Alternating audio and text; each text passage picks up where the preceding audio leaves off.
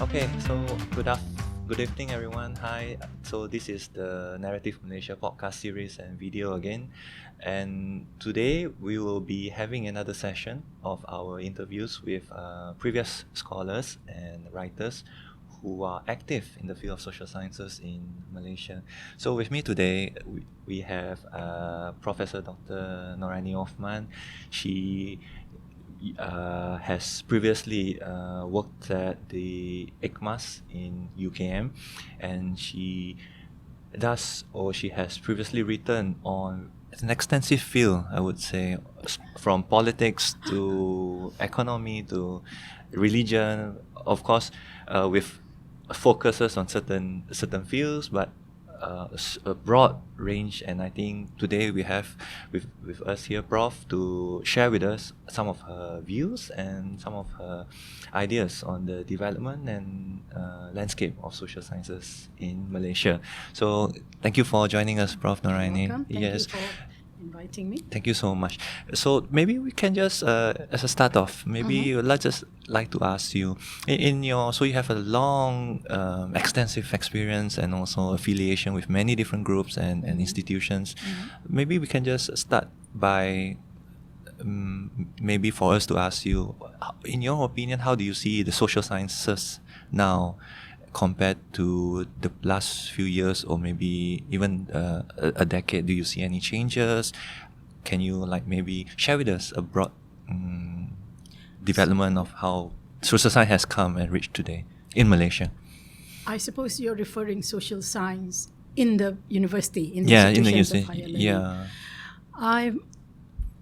I'm not particularly aware because I've left the university now about 5 years. But I'm more familiar with universities overseas because I still maintain contact through some research project or publication project with people overseas. But I think in terms of the developments in the country, social science is far more relevant now, particularly now compared to before. But the role of current generation of social scientists, whether sociologists, anthropologists, political scientists, I am not too sure, partly because with the advent and rise of the new social media, things are done in short time, and the discourse or the discussion seems to be very short and for me almost superficial, or trying to get onto the main bites. It's very fast, very and very at the level of and that I think will further undermine the role of social science in public debate, in public discourse, unless the academics, particularly the academics, take on the responsibility and the role of public, quote unquote, public intellectual, of bringing some of their ideas and criticism and debates onto the larger playing field, onto society. That, or secondly, to take a bit more interest or give some input or play a certain kind of role in the world of social activism. I gave an example just now in my presentation. In the field of environment, I noticed that a number of very respectable scholars on environmental science, playing that role of that public space, taking up debates, advocacy, activism, active in in advocacy projects. So you have done, I think, a focus on certain particular themes throughout your research that you have done. So things like sociology of religion, politics and religion, or politics and Islam, and also gender studies. Could you share with us, how would you situate your work and your ideas within the larger frame of social sciences in Malaysia? Or even at the international level, not only Malaysia. Yeah. I don't like to pigeonhole myself into one category or one area. Yeah. I began my career as an academic, as a lecturer in the field of family, because my first thesis for my MPhil was on socialization of Malay youth in middle class families in PJ. But during that research, some question that came up was the push or pressure by the parental generation for the children to be more religious, or introducing informal religious education. The concern about Islam. Okay. And this was in mid-70s, late 70s. Okay. Yeah. And then as I teach and try to do whatever small research at that time as a young lecturer on the field of family, I was concerned about gender relations within a marriage. Because when you talk of institution of family, it's not just parents and children or the problems of the youth generation, but also marriage. Yeah. So that sort of pushed me to broaden my reading, my bibliographic, I call it my library research, and write just small articles about, gender roles. At the same time, by 1986, I joined this women's professional group called the Association of Selangor Women's Lawyers. Okay. Started by two Malay women. One of them is a lawyer, was a president of the Selangor Association of Women Lawyers, and the other one is my good friend Zainah Anwar, who was at that time working at ISIS as a research analyst.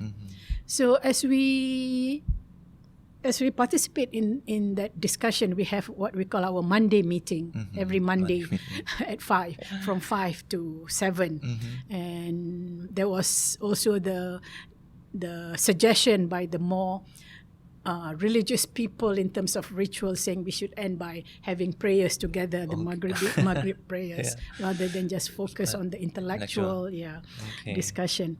But then as we talk about the problems of the family law, you must remember we have a very good Islamic family law in 1974. It was looked as a model by various Middle Eastern countries as well as Indonesia, because it recognized the rights of women.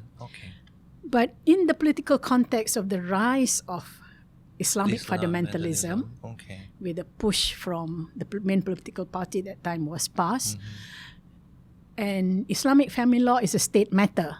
Yeah. So there are 14 states, there are 14 different jurisdictions of different laws, set of laws, even the written law. Yeah. Generally, they have some basic common structure, but Kelantan and Terengganu, for example, would deviate a bit and impose certain other requirements of the duties of the wife, or that the wife need to seek permission from husband if they want to go outside or continue their employment. It's because of the interpretations are different. The interpretation, and it's also the push came with Islamization. Remember Dr. Mahathir Dr. Mahathir thinks that he can outdo past by implementing Islamization. Yeah. To his credit, he had the view, when I interviewed him, he had the view that to introduce a more modern version of Islam.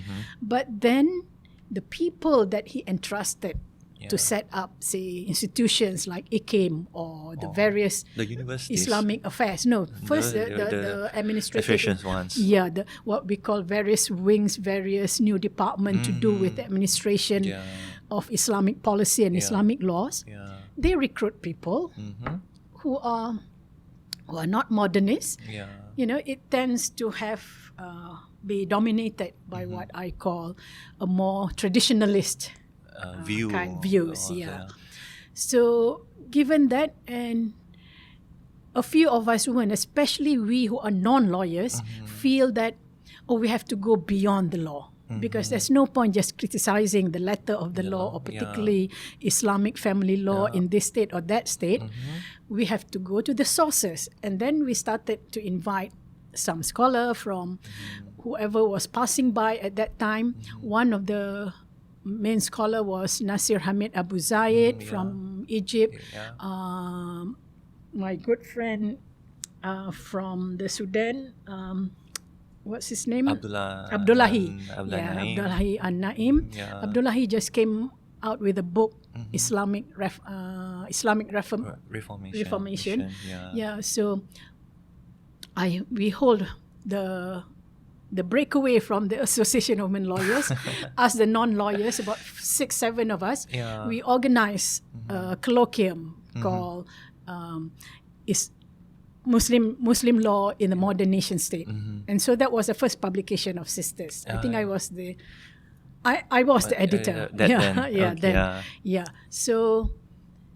So that was the beginning, the stepping stone of paying particular attention to the text, to the interpretation of text. Yeah. And so we set up study group, and we look at various figures internationally, globally, who have come out with more interesting ideas that are relevant to modern lives. And at the same time, as a sociologist teaching sociology of family, I was encouraging Malay and non-Malay students to do as their honors year thesis, to look at husband and wife roles, under the rubric of sociology of family. And the relations with religion. And the relations with religion and socialization of children. Yeah. So that's how my interest sort of broadened and deepened.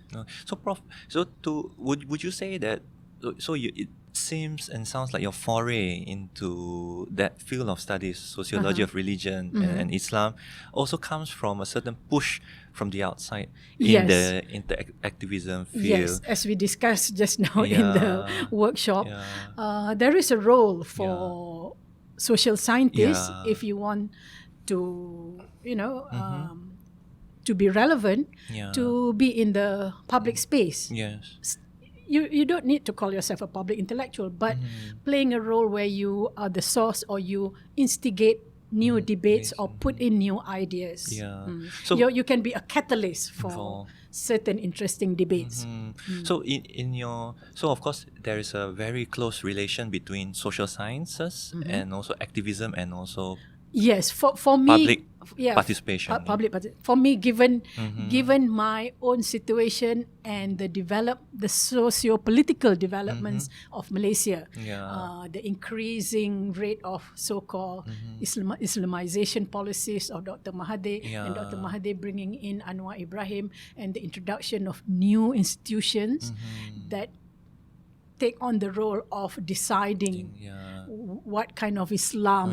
Some have called this bureaucratization. Yes, yes. Some other researchers and academics have written articles about the bureaucratization. For me, it's more than bureaucratization. That's just one dimension, one part of it. Yeah, that's only one dimension of it. And so that's the Weberian dimension of it. Yeah, for sure. Yeah. So, in that sense, there's always this assumption and impression we get that the field of social sciences and the practitioners from a certain time, for instance, in the 90s and the 80s, as you've mentioned, the movements, the circles that you've moved with, it's quite distinct and quite jarring with what's happening today. Do you see that? Do you see a certain disjuncture between the social sciences and what you say or do in public in terms of intervention and advocacy? Yeah, I think there is less role for advocacy among practicing social scientists, including the academics from university.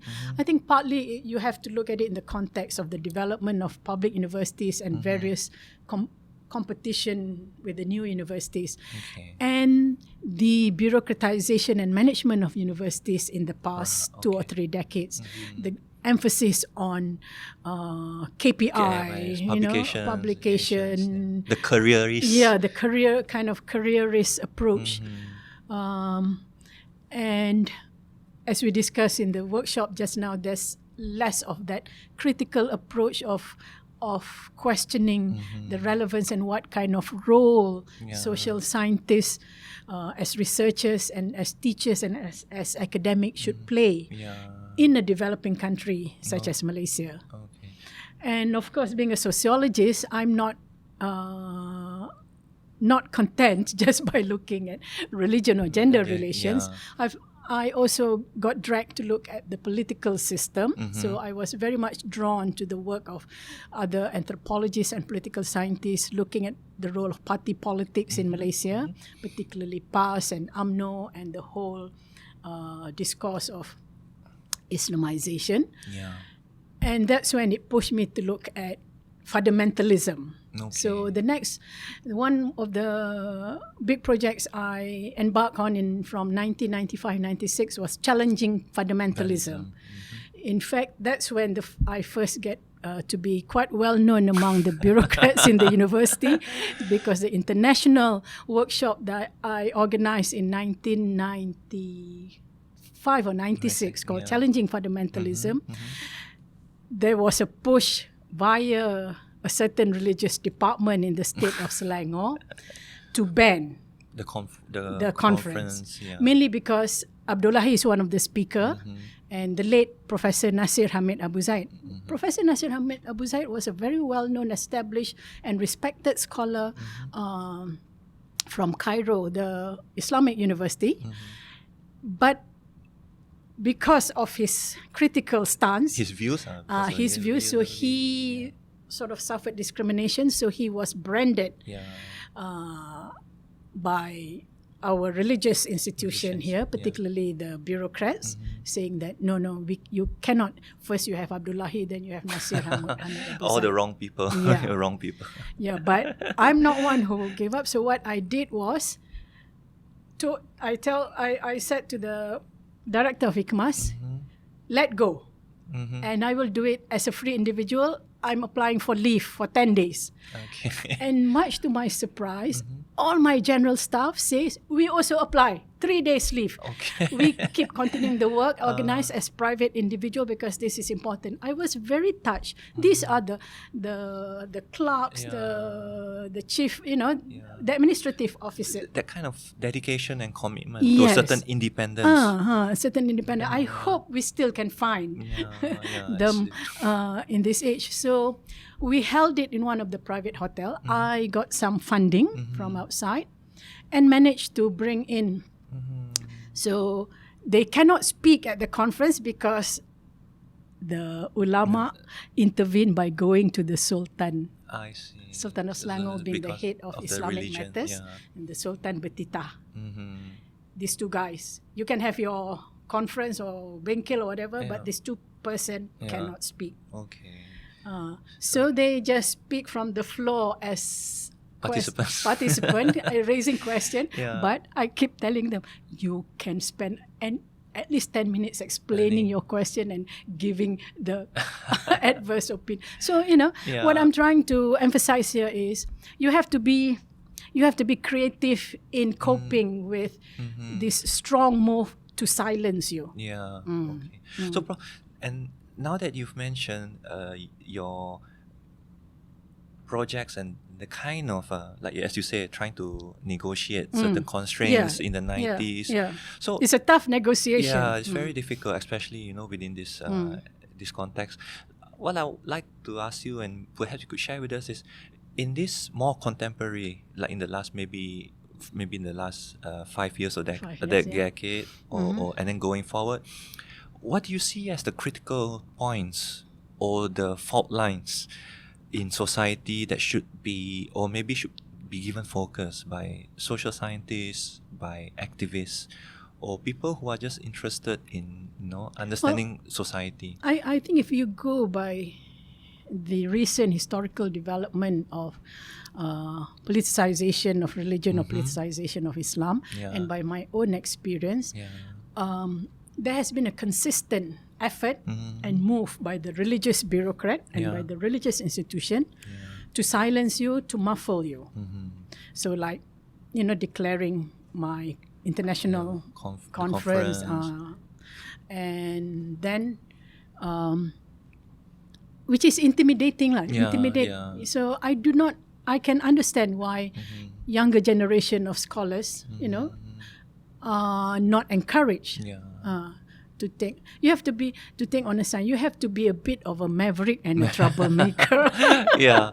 To be able to go against the flow. And I'm sure it's not I'm sure it's not easy. I was lucky. I got, as I mentioned, various support. I got support from various women's group, the non-Muslim women, like the WHO Women's aid organization that tries to address the problem of violence against women, even though they are predominantly led, and also the many actors in there are non-Muslim.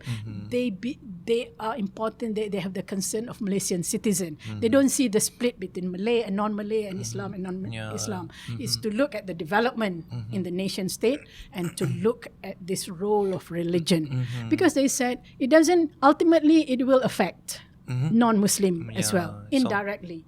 And of course, it can affect directly because in a multi-ethnic society, there are intermarriages.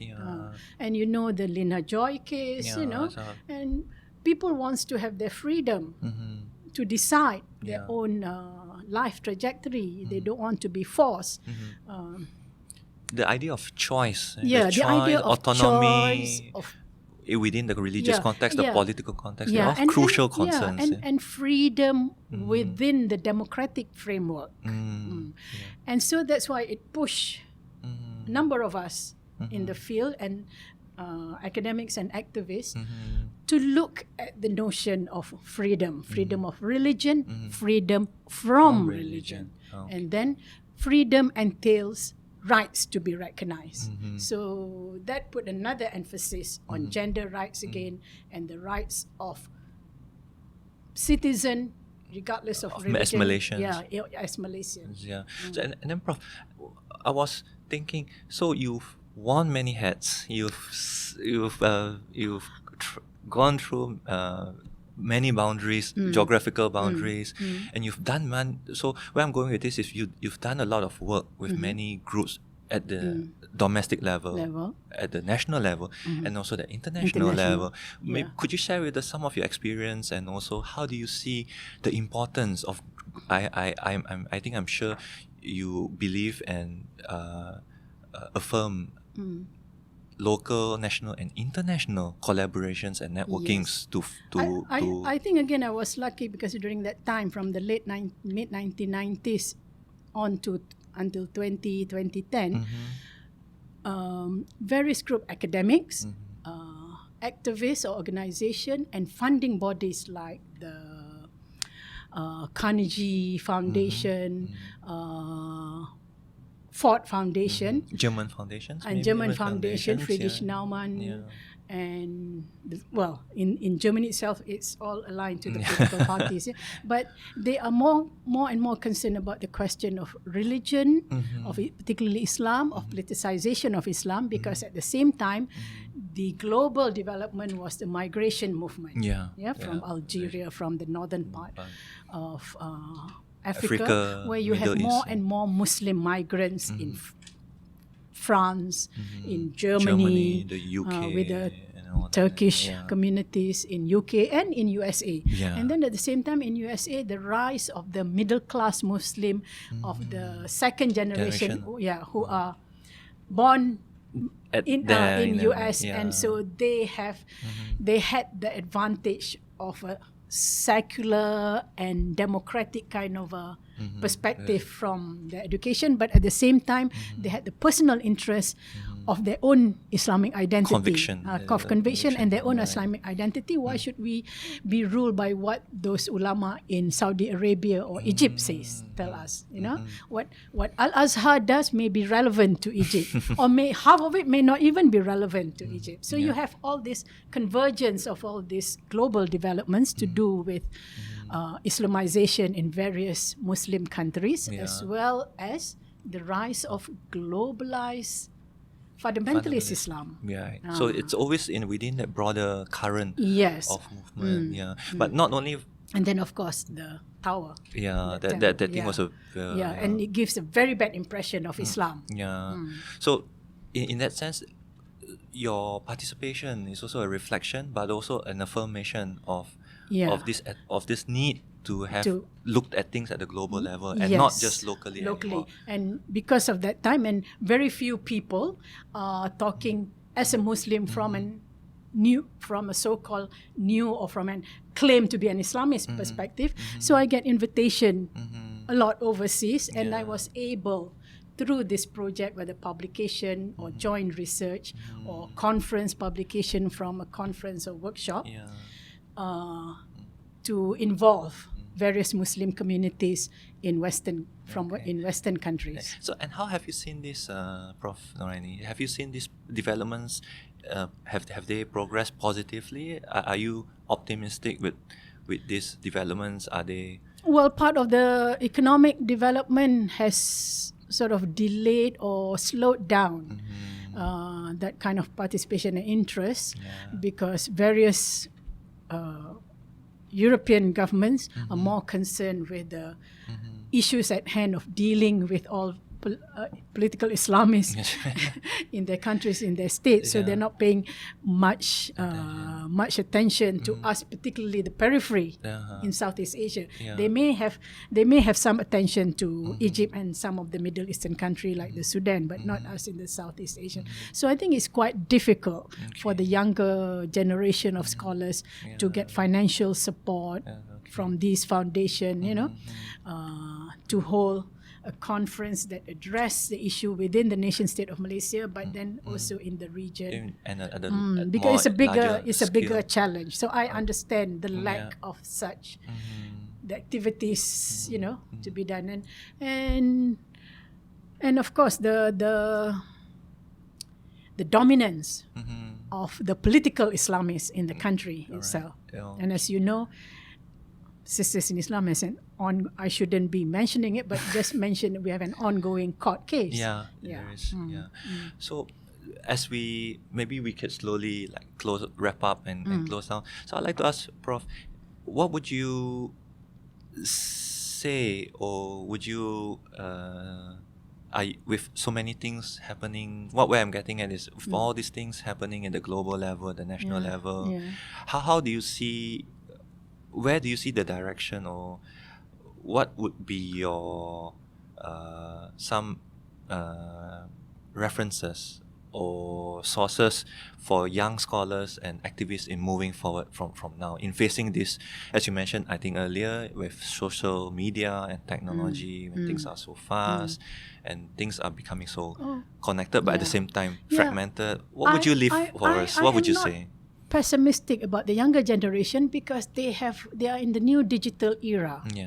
They can do many things through social media, and I try in my limited ways. I'm not so savvy.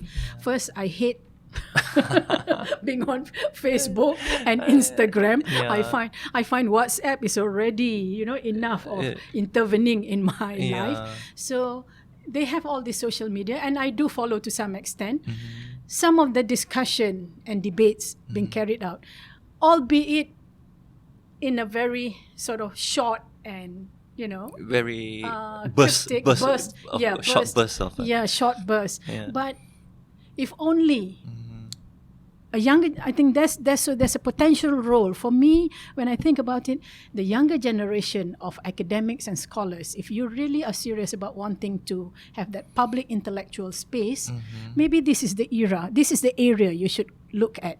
What are the possible role, a positive one, in encouraging democratization of space, of greater participation by younger people in speaking up about their own religious identity, about politics, about the government using racism and using Islam to divide people.